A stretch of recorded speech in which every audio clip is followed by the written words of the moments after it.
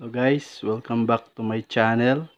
So mayroon tayong gagawin guys. Ito isang stand pan. Ayan. So itong model niya guys. So yan. Stand pan ito guys. So plug in natin guys. Plug in natin. Ito, plug in natin. Okay. Tapos try tayong mag-select dito. Wala. 2. Wala. 3. So wala. So walang nangyari guys. So hindi siya umiikot guys. So try tayong mag continuity test or resistance. Try tayo guys.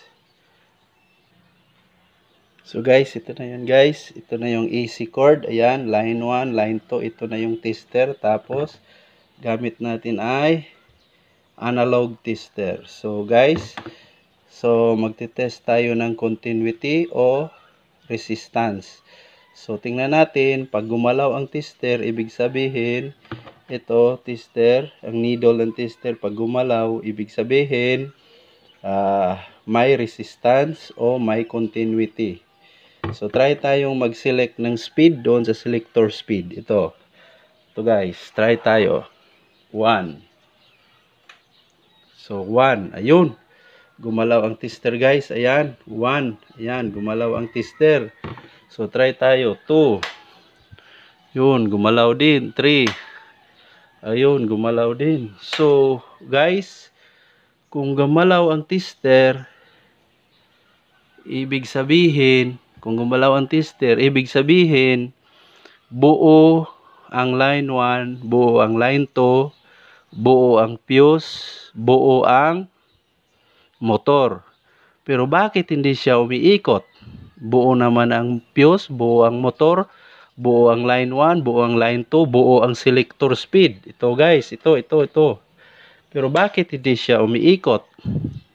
So mayroon tayong titingnan na tatlong anggulo bakit hindi siya umiikot. Una, baka sira na ang kapasitor. Pangalawa, kaya hindi siya umiikot, baka sira ng kapasitor. Pangalawa, yung shafting niya, matigas nang umikot yung shafting niya. Pangatlo, pwedeng sira yung bushing.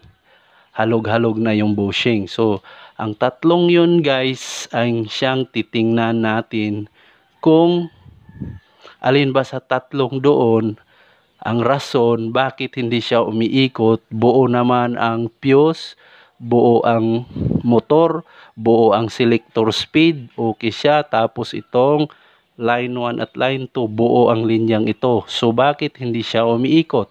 So pwedeng ang dahilan, kapasitor, pwedeng shafting, pwedeng bushing. So titingnan natin guys, tatanggalin natin itong takip niya at titingnan natin una ang shafting. Kung hindi ba matigas paikutin ang shafting. Okay guys? So skip muna ako, tatanggalin ko itong cover niya. So ito guys, natanggal ko na ang cover dito sa harapan. So try natin itong paikutin guys. Dapat pre-well ito, dapat pre-well. So kapag matigas, posible ito yung dahilan, ang shafting niya sa loob matigas na, hindi na kaya ng motor na paikutin siya. So kapag ganun guys, hindi na kaya ng motor na paikutin dahil ang shafting ay marami nang nakabara sa shafting, marami nang kalawang. So kailangan nating linisin ang shafting para mawala ang kalawang. So ito guys, dapat ito pre-well ito. Dapat pre-well. So ayan guys, ang tigas guys. Ayan. Ayan, ang tigas guys. So posibleng itong dahilan kung bakit hindi mapaikot ng motor ang shafting dahil matigas siya guys. Hindi siya pre-well. Ang dami ng kalawang sa loob. So, ito ang gagawin natin guys. So, ito ang posibleng sira niya dahil ang tigas niyang paikutin, hindi siya pre-well. Okay? So, tatanggalin ko lahat guys. Lahat at ipapakita ko sa inyo ang shafting na siyang dahilan sa pagtigas nitong paikutin. Okay guys, so skip muna ako guys para hindi na umaba ang ating video. So guys, ito na siya guys, tinanggal ko na, ayan, ito, tinanggal ko na lahat, ayan, tinanggal ko na. So guys, ito yung kapasitor niya, so na-repair na pala ito. So na-repair na pala ito dati, ayan, may yung kapasitor niya, pinalitan na. So guys, itong sinasabi ko guys na posibleng sira guys, buo naman lahat, buo yung fuse, buo yung motor, buo itong selector speed, okay ito, kaso lang hindi siya makaikot. So ang posibleng sira guys ay pwedeng shafting, ayan guys, oh, ayan, oh, at tigas pa ikutin guys, oh, oh, ayan, ang tigas pa ikutin, dapat pre-well itong shafting niya guys. So ito yung tatanggalin natin sa loob, tapos lilinisan natin ang loob para pre-well na siyang umikot. Ayan guys, oh, tigas guys, ang tigas. Ayan, so ito yung kapasitor niya guys. So skip muna ako guys, tatanggalin ko itong shafting niya sa loob, tapos lilinisan natin. Okay? So ito na guys, natanggal natin guys dito, tinanggal na natin. So paano ito bubuksan ang motor niya? Ito, paano ito bubuksan? Susungkitin lang natin ito guys, yung mga lock niya. Ito, susungkitin natin guys. Ito, susungkitin natin ito, paangatin natin ito, katulad nito. Sungkitin lang natin. Sungkitin. Yun. Ayun. Guys, yun, umangat na siya guys, umangat. Yan. Umangat na siya. Ito, susungkitin lang natin itong mga lock. Ito pa guys. Ito, susungkitin lang natin. Yan. Ayun. Ayun. Ayun. Yun. So, sungkitin natin guys. So, skip muna ako dahil mayroon pang isa, dalawa, tatlong mga lock niya. So, skip muna ako para hindi na umaba ang video guys. So guys, ito na yan guys. Natanggal na natin guys. Ayan. Tanggal na natin yung takip. So turo ko sa inyo alin dito ang shafting. Ito guys. Ito yung shafting. Ito. So ito yung shafting. Tapos ito yung fuse. Ito. Ito yung fuse. Ito. Ito. Fuse ito. Ito. Fuse. Tapos ito yung kapasitor. Tapos ang bushing guys ay ito. Ito yung bushing. So ito yung bushing. So posible din tong sira kung hindi iikot ang inyong electric fan, kung buo lahat. Tapos hindi iikot ang electric fan, buo yung fuse, buo yung motor, buo yung kapasitor. Bakit hindi umiikot? Dahil yan sa bushing pa rin. So dito guys sa electric fan na to, ang sira dito, bakit hindi umiikot? Buo naman itong fuse, buo ang itong kapasitor, buo din to kasi pinalitan na ito. Pinalitan na ito ng unang nag-repair, buo din to. So buo ang fuse, buo ang motor dahil mayroon kaninang continuity dito. Nag-check tayo dito, mayroong continuity. So ito guys, ang shafting niya ang mahirap ikutin guys. Ito kanina, mahirap ikutin. So try natin itong tanggalin at lilinisan natin guys. Okay? So skip muna tayo. So guys, balik tayo guys. Ito, natanggal ko na yung shafting. Dito guys, natanggal ko na yung shafting. So tingnan nyo yung shafting guys. Yan, ang linis pa dito. Bagong bago pa ito guys. Bagong bago pa. So bago pa rin ang electric fan na ito. So guys, nag-skip ako guys para hindi na umabot sa 15 minutes ang video natin kasi pag lumagpas na ng 15 minutes hindi natatanggapin ni YouTube, maghihingi na siya ng verification code. So ito guys, lilinisan natin itong mga kalawang dito. Yan, ito. Lilinisan natin gamit ito. Sandpaper, gamit ito. So lilinisan natin guys. So lilinisan natin. Okay, so skip po na ako guys, lilinisan ko guys dahil para hindi na humaba ang video natin kasi malapit ng 15 minutes. So ayan guys, malinis na guys, oh, ayan, ang linis na niya. So wala nang kalawang guys, ayan, malinis na siya. So ibalik na natin ito doon guys. Kung ano yung ginawa natin pagtanggal, ganun din yung pagbalik nito. So guys, malinis na siya guys. Tapos guys, huwag kalimutan maglagay ng